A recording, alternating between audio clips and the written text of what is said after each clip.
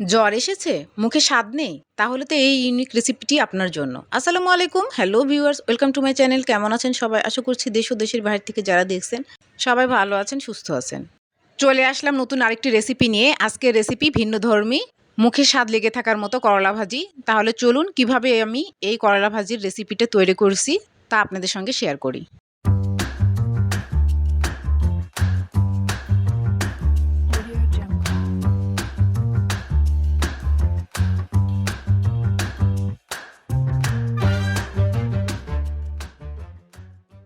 এখানে আমি দুইটি বড় সাইজের করলা নিয়ে নিলাম। করলা দুটিকে খুব ভালোভাবে আমি ধুয়ে এনেছি। একটা নাইফের হেল্প নিয়ে করলার উপরে একটু এইভাবে কেটে ফেলে দিব, কারণ একটা করলার সাথে আরেকটা করলা যখন লেগে থাকে তখন করলার গাগুলো একটু কেমন যেন হয়ে যায়। সেই জন্য সেগুলো আমি ছিলে ফেলে দিচ্ছি। না ফেলে দিলেও হবে, তবে আমার কাছে একটু কেমন যেন মনে হয়, তাই আমি ফেলে দিলাম। এবার করলার সামনের অংশটুকু এবং পেছনের অংশটুকু কেটে বাদ দিয়ে দিলাম এবং মাঝখান থেকে দুই ভাগ করে কেটে নিলাম। করলার বিচিগুলো শক্ত থাকার কারণে কাটতে একটু কষ্ট হয়, সাবধানে কেটে নিতে হবে। আর করলার ভেতরে যে বীজগুলো থাকে সেগুলো এইভাবে বের করে ফেলে দিতে হবে। এভাবে আমি করলার সম্পূর্ণ বীজগুলো বেছে ফেলে দিয়েছি।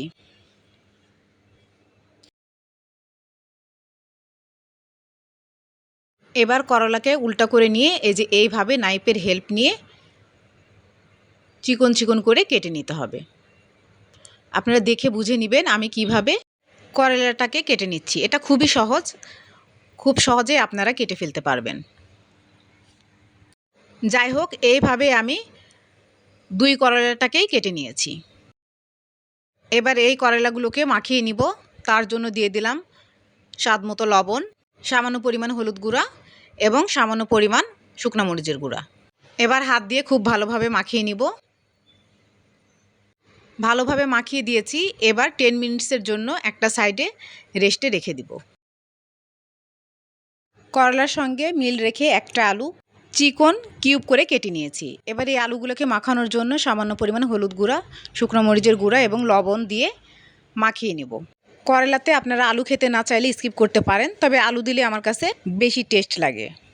এবার মাখানো আলুগুলোকেও 5 মিনিটের জন্য রেস্টে রেখে দিব, তাহলে এর গায়ের যে এক্সট্রা পানি আছে সেগুলো বেরিয়ে যাবে। এই করলা ফ্রাইয়ের সঙ্গে আমার লাগবে পেঁয়াজ কুচি, রসুন কুচি এবং কাঁচামরিচ কুচি। আর পেঁয়াজ কুচি একটু বেশি দিতে হবে, নয়তো টেস্ট লাগবে না খেতে। এবার করলাগুলোকে ফ্রাই করে নিব। তার জন্য একটু কড়াই চুলায় বসিয়ে দিলাম। পরিমাণ মতো সয়াবিন তেল দিয়ে দিলাম। কড়াইয়ের তেল গরম হয়ে উঠেছে।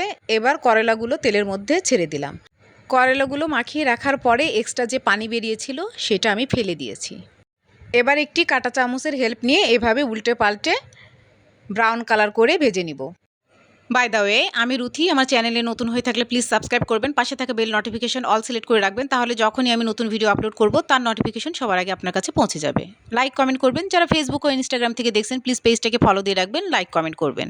যারা অলরেডি লাইক কমেন্ট সাবস্ক্রাইব এবং ফলো দিয়েছেন তাদেরকে ম্যানি ম্যানি থ্যাঙ্কস। আজকে আমার চ্যানেলের এই ভিডিওটি যিনি ফার্স্ট ভিজিট করেছেন তাকেও ম্যানি ম্যানি থ্যাঙ্কস।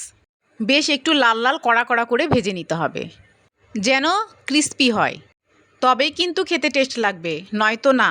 আবার বলো না যে খেতে কিন্তু ভালো লাগলো না। ঠিক আমার মতো এরকম লাল লাল করে ভেজে তুলে নিতে হবে।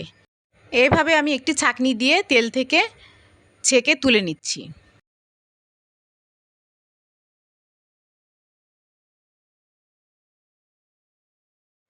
ওই তেলের মধ্যেই বাকি করলাগুলো আবার ছেড়ে দিলাম। একই প্রসেসে লাল লাল করে ভেজে তুলে নিলাম। আবার ওই তেলের মধ্যে মাখিয়ে রাখা আলুগুলো ছেড়ে দিলাম। এই আলুগুলোকেও কিন্তু ক্রিস্পি করে ভেজে তুলে নিতে হবে, ঠিক আমি ভিডিওতে যেমন দেখিয়েছি। এভাবে ক্রিস্পি করে ভেজে তুলে নিতে হবে। আমি ছাঁকনিতে তেল ঝরিয়ে তুলে নিলাম। আবার ওই তেলের মধ্যে কেটে রাখা রসুন কুচিগুলো ব্রাউন কালার করে ভেজে তুলে নিব। সরি, আমার ভিডিও ক্লিপ মিসিং হয়ে গিয়েছে, সেই জন্য পেঁয়াজ বেরেস্তা এবং কাঁচামরিচ কুচি ভাজাটা দেখাতে পারলাম না। আপনারা প্লিজ বুঝে নিন। আমি রসুন কুচি ভেজে তুলে নেওয়ার পরে পেঁয়াজগুলোকেও এরকম ব্রাউন কালার করে ভেজে তুলে নিয়েছি, তারপরে কাঁচামরিচ কুচি ভেজে তুলে নিয়েছি। সম্পূর্ণগুলো একসাথে এইভাবে আমি মিক্সড করে নিয়েছি। আর আমি হাত দিয়ে ভেঙে দেখাচ্ছি, দেখুন করলাগুলো কতটা ক্রিস্পি হয়েছে। খেতেও কিন্তু খুব মজাদার, আর তিতাটাও চলে যায়। তিতার ভয়ে অনেকে করলা খেতে চান না, এইভাবে করলা ভেজে খেয়ে দেখুন, আশা করি খুব ভালো লাগবে। এই করলা ফ্রাই আপনারা ফ্রিজে রেখে 2-3 দিন ধরে খেতে পারবেন। তবে আমার কাছে মনে হয় ঠিক খেতে বসার আগে গরম গরম ভেজে নিয়ে এসে খেলে বেশি মজা লাগবে। সবগুলো আমি একসাথে মিক্সড করে দিয়েছি, দেখুন দেখতে কতটা লোভনীয় লাগছে। এর টেস্ট আরও দ্বিগুণ করতে আমি 1 মুঠ পরিমাণ কাঁচা পেঁয়াজ এবং একটু সরিষার তেল দিয়ে মাখিয়ে নিব। এবার গরম ভাতের সাথে এই গরম গরম করলা ফ্রাই খেয়ে দেখুন, স্বাদ ভুলতে পারবেন না। জ্বর আসছে, মুখে স্বাদ নেই, এরকমভাবে করলা ফ্রাই করে খেয়ে দেখুন, মুখের স্বাদ চলে আসবে। রেডি হয়ে গেল ইউনিক করলা ফ্রাই।